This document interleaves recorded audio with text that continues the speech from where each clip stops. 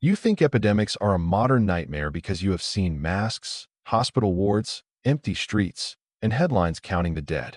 But long before microscopes, vaccines, antibiotics, or even the word virus, ancient people faced invisible killers that could sweep through a village, a city, or an entire empire.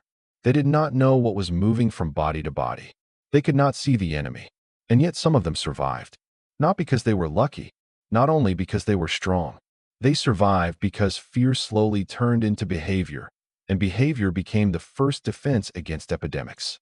Imagine living in an ancient city during the first days of an outbreak. At first, nothing looks like a disaster. One person gets a fever, another coughs, a child develops strange swelling. Someone dies, but people die all the time, so the city keeps moving. The market stays open. The wells are crowded. Families sleep close together. Priests keep rituals going. Merchants keep traveling. No one understands that the most dangerous thing in the city is not a spear, a fire, or an invading army. It is a pattern. Ancient people did not have germ theory, but they were not stupid. They watched. They noticed that sickness followed contact. A healthy person slept beside the sick and became sick. A house with one death sometimes became a house with many deaths. A ship arrived with coughing sailors, and days later the port began to change. They could not explain microbes, but they could see the footprints of disease. And the first survival strategy was painfully simple: get away. Long before modern quarantine laws, people practiced avoidance. If a house smelled of death, neighbors stayed back. If a camp became sick, families moved. If a city was rumored to be infected, travelers changed routes. In many ancient societies, the sick could be separated from the healthy, not always out of cruelty, but out of terror and instinct. Distance was medicine before medicine understood itself. This is why epidemics did not only change bodies. They changed geography. Roads emptied. Markets shrank. Ships waited offshore. Gates closed. Villages stopped welcoming strangers. The ancient world ran on movement, trade, pilgrimage, armies, messengers, marriages, and migration. Epidemics attacked that movement. To survive, people had to do something almost impossible for social animals. They had to break contact. But distance came with a cost. If you left the sick alone, they might die without care. If you stayed, you might die with them. Every epidemic forced families into a brutal calculation: love or safety, duty or survival. And again, people chose both when they could. They brought food to the edge of a doorway. They left water outside. They burned bedding. They carried bodies away from crowded homes. They did not know the science, but they understood contamination as a shadow that clung to people, clothes, houses, and objects. Fire became one of their strongest weapons. Ancient people burned things they feared: clothing, straw beds, wooden tools. Even entire houses could be destroyed after severe sickness. Fire was not only practical, it was symbolic. It turned the invisible into smoke. It gave people the feeling that something had been cleansed. And sometimes, by destroying infected materials or clearing waste, it probably helped more than they knew. Water was another battlefield.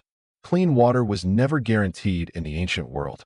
People drank from rivers, wells, ponds, cisterns, and shared vessels.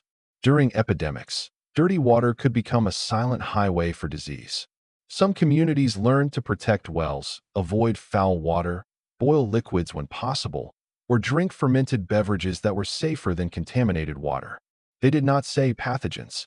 They said the water was bad, cursed, rotten, or poisoned. The language was wrong. The instinct was often right. Then came smell.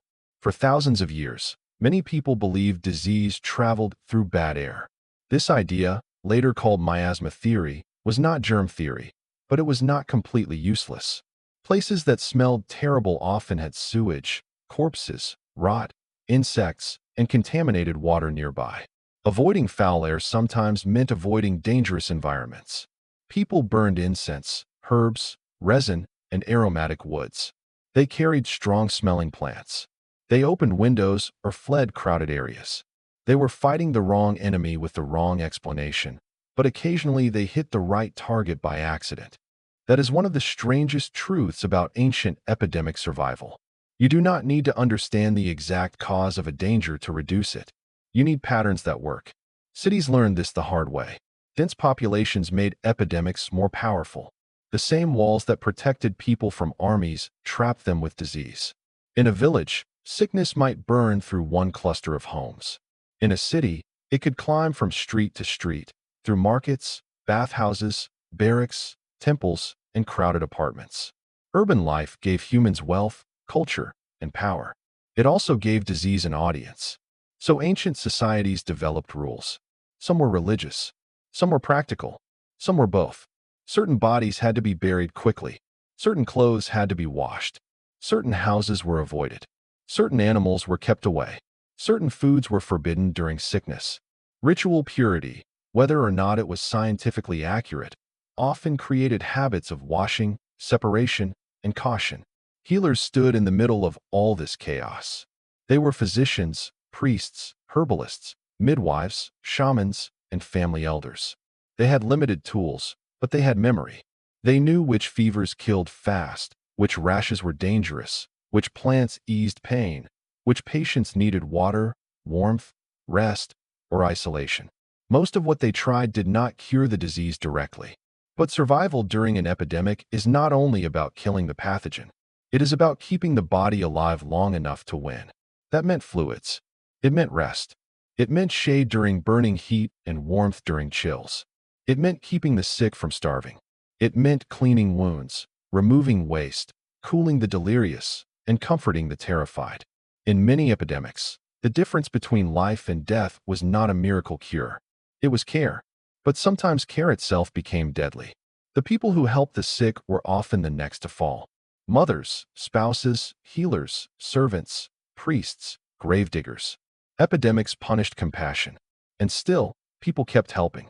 This is one of the quiet reasons humanity survived.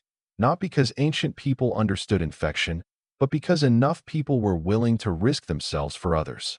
When epidemics became too large, societies reached for meaning.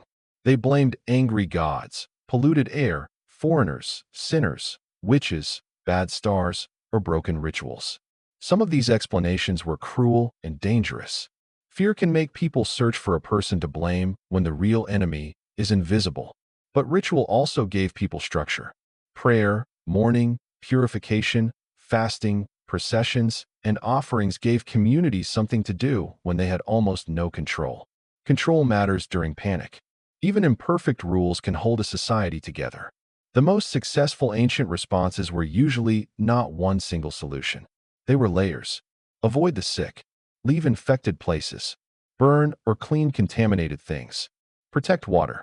Reduce contact with strangers. Care for those who could be saved. Bury the dead quickly. Remember which choices worked and pass them on. That last part was everything. An epidemic is a teacher that charges in human lives. A village that survived remembered. A city that reopened too soon remembered. A family that lost everyone after sharing a bed with the sick remembered. Over generations, those memories became customs. Customs became laws. Laws became quarantine, sanitation, isolation, and public health. The next time you see a warning sign, a closed gate, a bottle of sanitizer, or a hospital isolation room, remember that the idea is older than the science. Long before humans could name bacteria or viruses, they were already learning the shape of contagion by watching who got sick next. Ancient people survived epidemics by doing what humans have always done in the dark. They observed. They feared. They argued. They made mistakes. They cared for each other.